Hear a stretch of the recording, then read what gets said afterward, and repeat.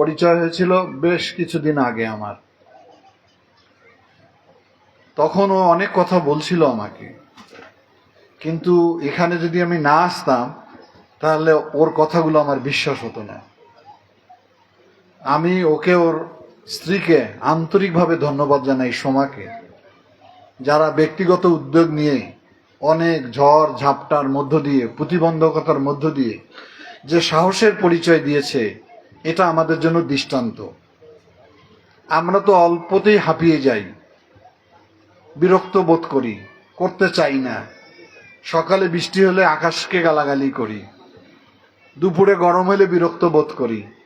কিন্তু আমি দেখলাম ফেরদৌস এবং তার স্ত্রী সোমা কিভাবে একনিষ্ঠভাবে এই শিল্পটা ধরে রেখেছে। কিন্তু সরকারের দায়িত্ব ছিল এই শিল্পটাকে প্রমোট করা, সহযোগিতা করা, তা না করে উল্টা তার ফিতা কেটে দিয়েছে। ওর দুঃখে মনে অনেক বেদনা, অনেক কষ্ট। আমাদের এই অঞ্চল হইল বৈষম্য শিকার সবসময়, লালমনিরহাট। এখানে কর্মসংস্থানের কোনো ব্যবস্থা নেই, একমাত্র কৃষি নির্ভর। সেখানে সেই রকম একটা ব্যক্তি উদ্যোগে এত বড় একটা শিল্প স্থাপন করেছে, সেখানে আমাদের সকলের উচিত ছিল সহযোগিতা দেয়া। সহযোগিতা না দিয়ে ওর মুখ থেকেই আপনারা শুনলেন ওর যাতনার কথা, নির্যাতনের কথা। এখানে আমি যতটুকু জেনেছি, এখানে প্রায় 2 থেকে 250 মানুষের কর্মসংস্থান হয়েছে। এটা যদি ফুল সুইংয়ে চলতো এই ফ্যাক্টরিটা, তাহলে অন্তত 500 থেকে 1000 লোকের কর্মসংস্থান হবে। বাড়িতে গরম ভাত খেয়ে এরকম একটা কর্মসংস্থান হওয়া তো বিশাল ব্যাপার। আর একে দেখে আরেকজনকে শিখবে, এটাই তো নিয়ম। তো আমার বিশেষ করে আমাদের যেহেতু 12ই ফেব্রুয়ারি নির্বাচনে লালমনিরহাট জেলার মানুষ আমাদের 3টি আসন উপহার আমাদেরকে দিয়েছে, তাদের মনে অনেক দাবি, অনেক আকাঙ্ক্ষা, অনেক ভাবনা। তো সেই ভাবনাগুলোকে যদি আমরা কাজে লাগাতে চাই, তাহলে এই সোমা টি গার্ডেনটাকে আমাদেরকে সহযোগিতা দিতে হবে।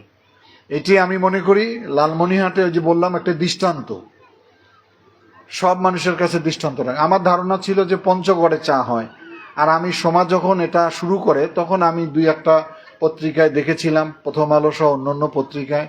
তখন আমার খুব আগ্রহ হয়েছিল, কিন্তু পরিবেশ ছিল না আমাদের আশা। আমি আসি নাই, রাজীব ভাই আসে নাই, তাতেই ওর অবস্থা খারাপ হয়ে গেছে। যদি ভুলক্রমে আসতাম তাহলে তো আমার মনে হয় এটা রেড জোন ঘোষণা করা হইতো। তো যাই হোক, এখন আপনাদের সহযোগিতায় একটা পরিবর্তন এসেছে।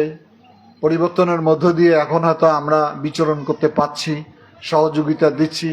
আমাদের মাননীয় প্রধানমন্ত্রী তারেক রহমানের, আপনারা এই যে নতুন যে বাজেট আমরা দিয়েছি, সেই বাজেটে কিন্তু কিছু কিছু বিষয় স্পেসিফিকভাবে বলা হয়েছে। তার মধ্যে উত্তর অঞ্চলের কথা বলা হয়েছে।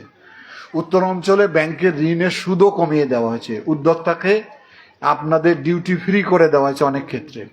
সে কারণে আমি মনে করি যে এখানে ওর যে উদ্যোগ, এটাকে আবারও আমি স্বাগত জানাই। ওর অনেক সমস্যা, ও হাঁটতে হাঁটতে অনেক কথা আমাকে বলেছে।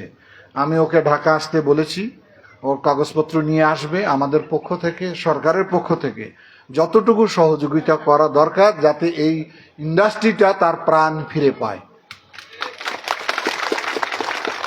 এটাই হলো আমাদের কাজ।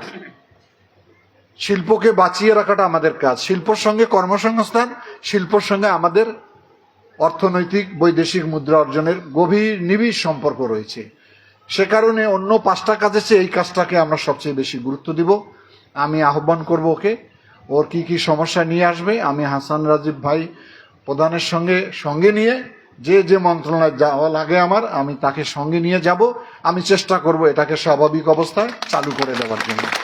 কথা আর বাড়াতে চাই না, আমাদের অনেকগুলো প্রোগ্রাম রয়েছে পাটগ্রামে। আবার রাত্রে হাতীবান্ধায় ফিরে আসব, তখন অনেক কথা বলবো।